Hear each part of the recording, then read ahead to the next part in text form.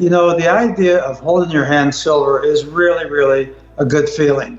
And whether that's a 1 ounce round or a 100 ounce bar or, 10 ounce bar, something like this, it's all to the good. And not trusting another entity to have what they say they have for you, or certainly not putting it in an unallocated account where it's mingled with other people, is something that I think you want to try to avoid. And so we're bringing new eyes to the story all the time, with the Reddit Silver subgroup and with what Miles Franklin is doing and others, and the writings that we do. And I have an essay going into Prospector News here for the next bi-monthly issue, and it'll talk about that, why it doesn't make good sense to wait for lower silver prices. And I spell sense C-E-N-T-S rather than S-I-N-C-E, or S-E-E-N-S-E, I guess it would be.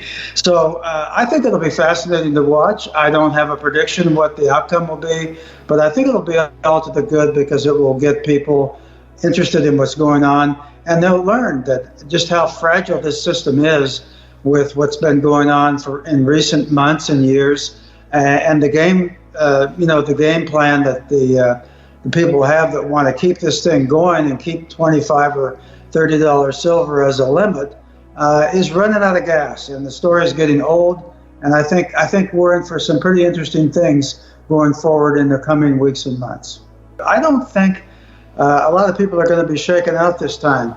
For one thing, there's been a steady accumulation of mining stocks at prices that make sense by many investors.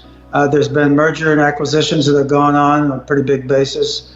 There's been a big difference. And keep in mind that in 2011, we were still seeing increases every year in the amount of silver into the market.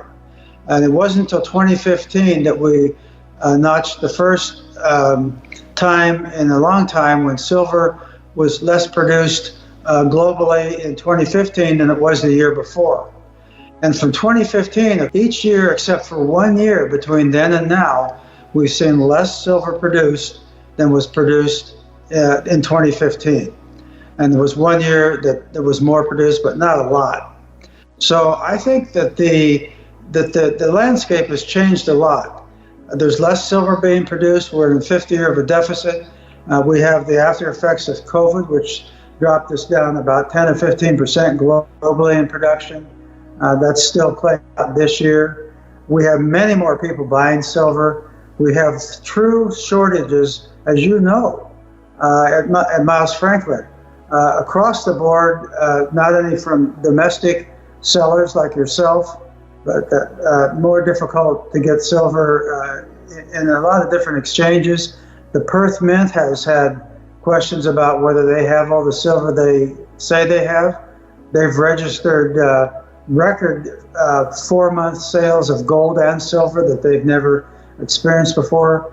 Things are a whole lot different, and I think if people think that they can come in from the big brokerage houses and sell a bunch of paper silver that doesn't exist, and the market's going to collapse and everybody's going to sell their silver, I think they're going to be sadly mistaken. So I think it's going to be pretty interesting going forward. The Chinese are coming back in a big way right now to buy gold, and they've kept buying silver as a result of being able to do this so much in the last year or so. And I think you're going to see some very big numbers over the next month or so from what the Chinese are doing.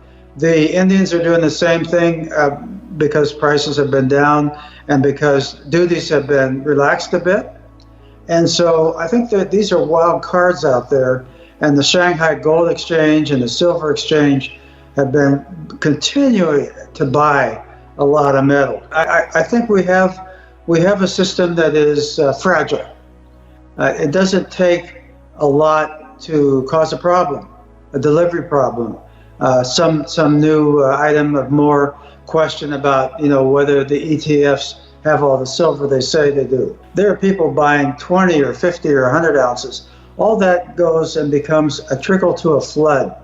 It's like the Chinese have always considered themselves to be a tributary system where all the wealth of the world flows into China, the central system. They've used this metaphor for many, many centuries. And I think that tributary system of silver streaming out from all sorts of purchases into a way that is no longer controlled by the paper silver folks is going to have a profound effect going forward. And one of these days, it's going to be crunch time, and there's no turning back. And the people that deal with this by the way they did in 2011, they're going to try the same thing.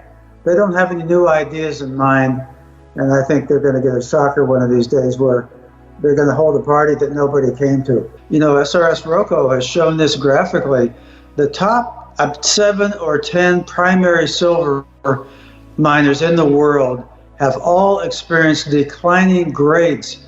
They dig out more ore out of the ground and they get less silver out of it.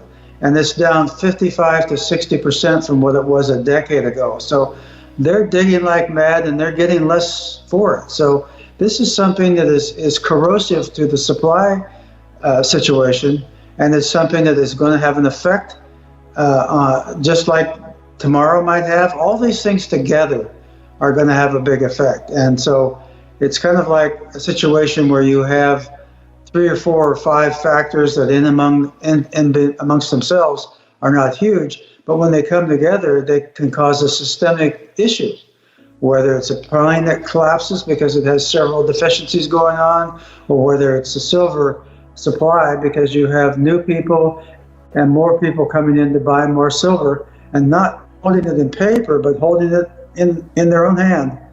And that's going to cause a problem. And it's not going to take a long time to happen like we've been looking at for many years. And you know, some people that have gotten worn out or scared out, as David Morgan uses the phrase, in silver, they're kind of cynical. Some of them have given up. Some of them think, oh, this is something you've always said. But you know, when you have a problem, and the problem is how to break silver free to demonstrate its own price point in relation to value that it should be, and none of us knows what that is, because it's been going on for decades. That's a point where everything changes at some point. And when you have a problem, you go back to the basics. You look at the basics of what is causing this and what it takes to change, and you see that the solution is in with the basics. You keep showing up, you keep buying some silver, you keep having faith, and one of these days, in a way that will probably surprise all of us, we'll see a day that will be different than it ever has been before, and there'll be no going back. It'll be crossing the Rubicon, and so we'll keep watching for that, and I intend to be there when it happens.